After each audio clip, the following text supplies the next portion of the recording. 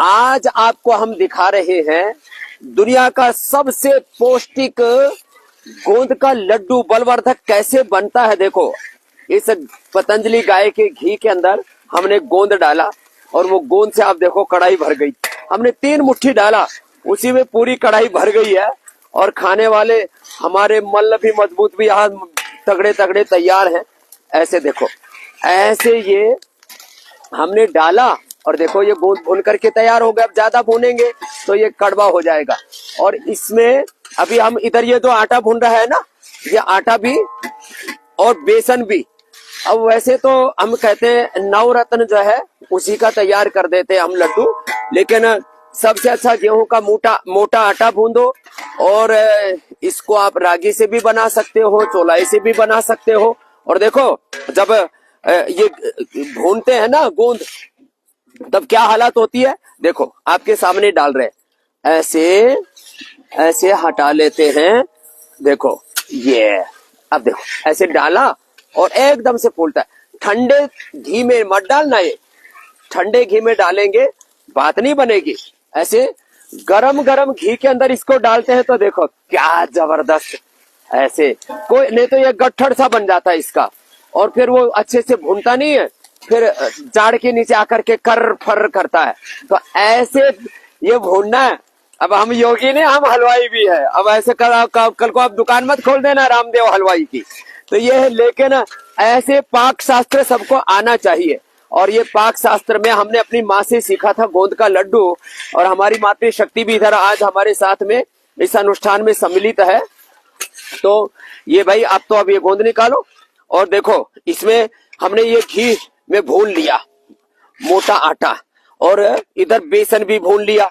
तो बेसन और आटा दोनों को मिला दिया और दोनों को मिला करके जो है अच्छे से इसके अंदर फिर डाल दिया।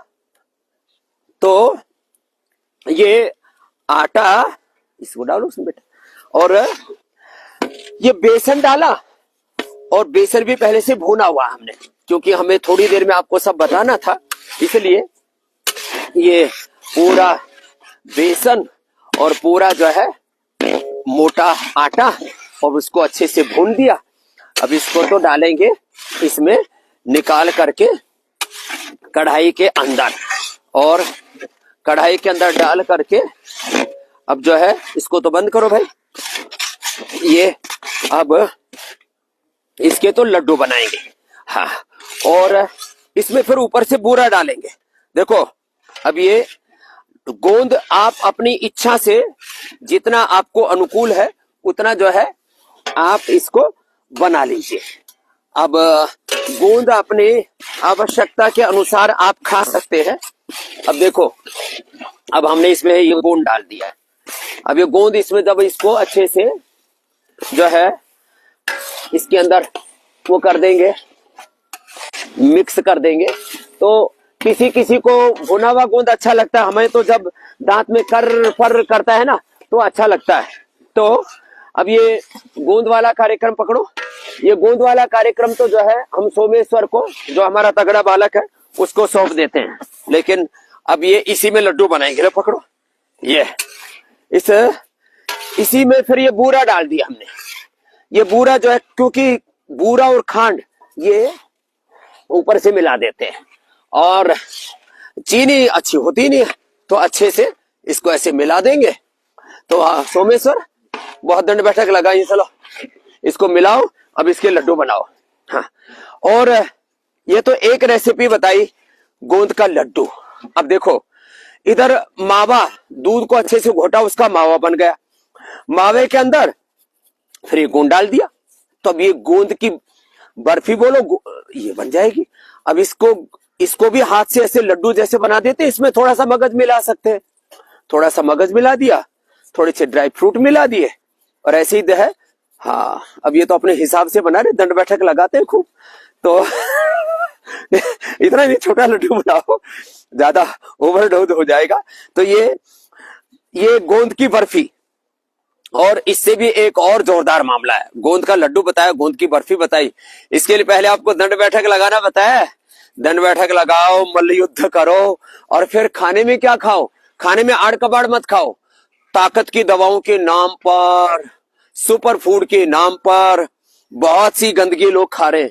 इसलिए अब ये बन गया भैया, अब हाँ अब इसके लड्डू बनाओ ऐसे। हाँ देखो ऐसे ऐसे ऐसे, अब देखो ऐसे इसके ये लड्डू बन जाएंगे ऐसे ऐसे। अब गरम गरम है तो ऐसे इसके लड्डू बन जाएंगे, और ये लड्डू जो खाएंगे फिर वो सोमेश्वर जी और क्या नाम बिटिया, देवभूमि की तरह अपनी नई भूमिका निभाएंगे। तो ये तो लड्डू इधर तैयार हो गए। अब अगला कार्यक्रम नया जोड़ते हैं। दूध में हल्दी शिलाजीत, जैसे ये हमारी बिटिया देव मैत्री जी, इधर हल्दी और इसमें केसर भी डाल सकते हैं। केसर भी हमारे पास में, अब ये केसर थोड़ा सा महंगा होता है, ये पतंजलि का केसर भी हमने देशवासियों को उपलब्ध कराया है, लेकिन ये जो है अब सबके पास इतना पैसा ना हो तो कोई बात नहीं। तो फिर ये बढ़िया है भाई, देववाणी जी ने बढ़िया लड्डू बना दिए और कितना देखने में भी कितना खूबसूरत लग रहा है। अब एक बात और बताता हूं आपको, देखो ये थोड़े से मगज, जिसको 5 मगज बोलते हैं ना, इसको थोड़ा सा ऐसे कूट लो। हाँ कूटो बेटा, हाँ थोड़े से मगज इसकी कुटाई कर ली, थोड़ा इसी में गोंद डाल दिया, गोंद की भी कुटाई हो जाएगी। और हाँ इसमें थोड़े से ड्राई फ्रूट भी डाल दिए।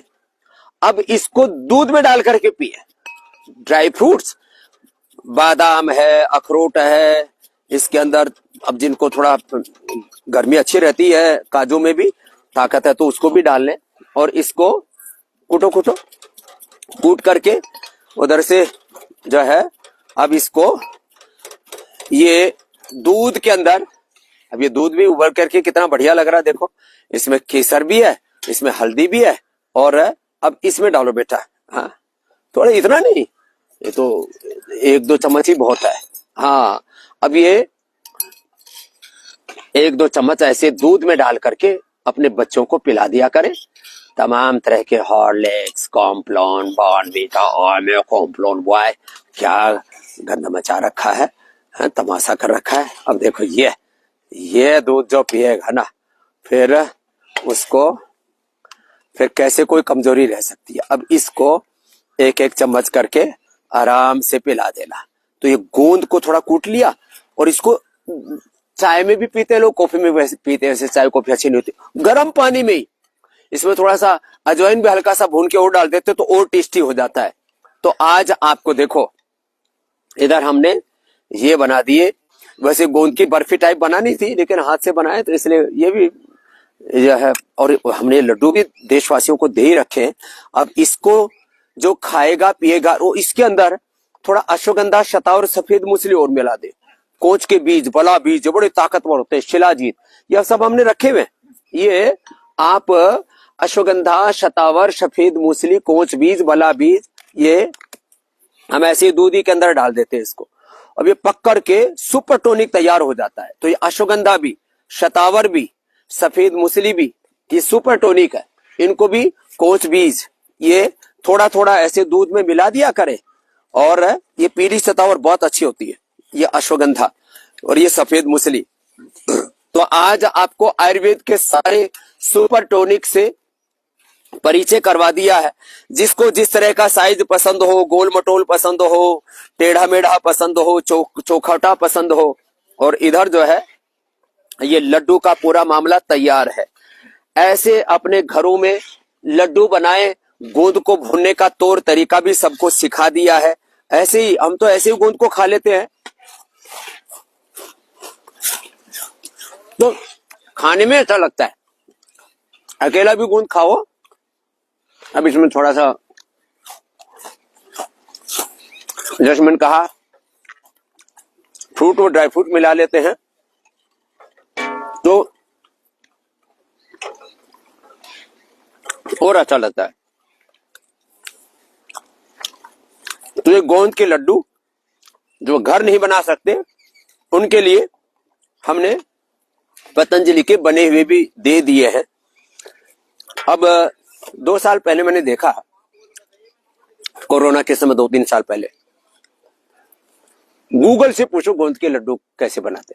अरे गूगल गुरु से नहीं, योग गुरु से पूछो, अपने दादा दादी, अपने नाना नानी से, अपने माँ बाप से पूछो गोंद के लड्डू कैसे बनाते हैं और खा के कैसे हनुमान जी की तरह बलवान हो जाते हैं।